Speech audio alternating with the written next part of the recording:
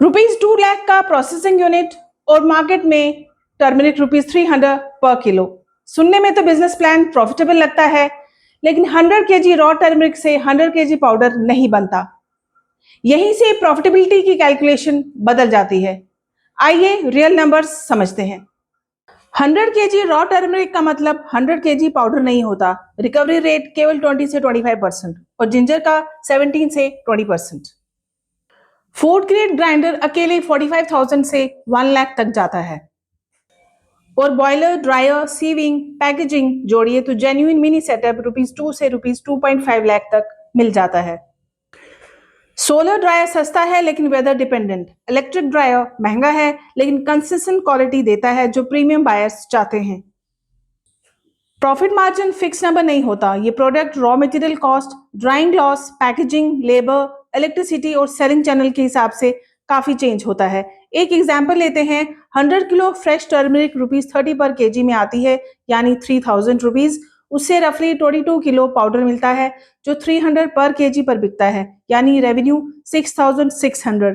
इसमें से labour, electricity, packaging cost निकालिए तो मार्जिन यहाँ से कैलकुलेट होता है। ये इंडिकेटिव है, आपकी अपनी कॉस्ट के हिसाब से अलग हो सकता है। कमेंट में बताइए कि आप जिंजर स्लाइसेस बेचना चाहते हैं या टर्मरिक पाउडर।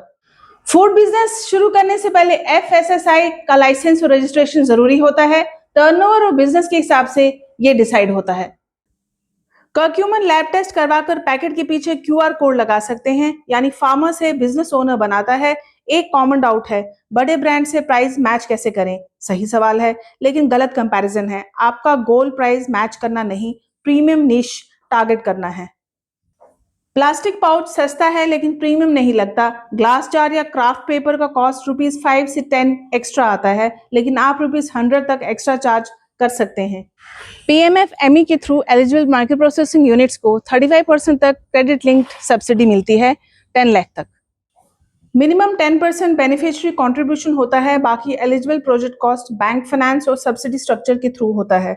एलिजिबिलिटी और प्रोजेक्ट कॉस्ट कंडीशंस अप्लाई करती हैं। अप्लाई करने से पहले current scheme details official PMFME portal पर जाकर ले लीजिए। पहली सबसे बड़ी गलती, बिना रिकवरी रेट कैलकुलेट किए ही मशीनरी खरीद लेना। दो सबसे बड़ी गलतियां, FSSAI के लाइसेंस के बिना ही सेलिंग शुरू कर देना और बाद में लीगल नोटिस पाना, और दूसरा सिर्फ रॉ प्रोडक्ट्स बेचना और वैल्यू एडिशन के वेरिएंट्स ट्राई ही नहीं करना, जैसे नए वेरिएंट्स जिंजर गार्लिक पेस्ट और जिंजर मेडिसिनल प्रोडक्ट्स। सबसे बड़ी टेंशन क्या है? रॉ प्रोड्यूस स्पॉइल होने से पहले बेचना। इसलिए पहले होलसेल बायर्स टारगेट कीजिए, रिटेल, होटल्स, रेस्टोरेंट्स, डिस्ट्रीब्यूटर्स और अपने पहले 10 कस्टमर्स के लिए लोकल स्पाइस शॉप्स और सोसाइटी। व्हाट्सएप ग्रुप से शुरू कीजिए।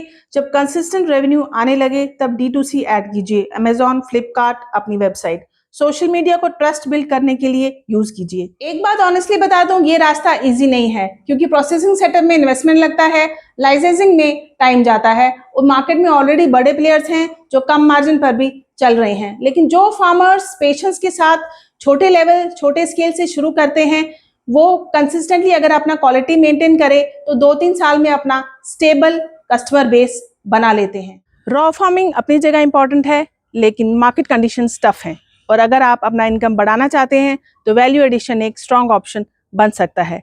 वीडियो यूजफुल लगा हो तो लाइक, शेयर और सब्सक्राइब जरूर कीजिए।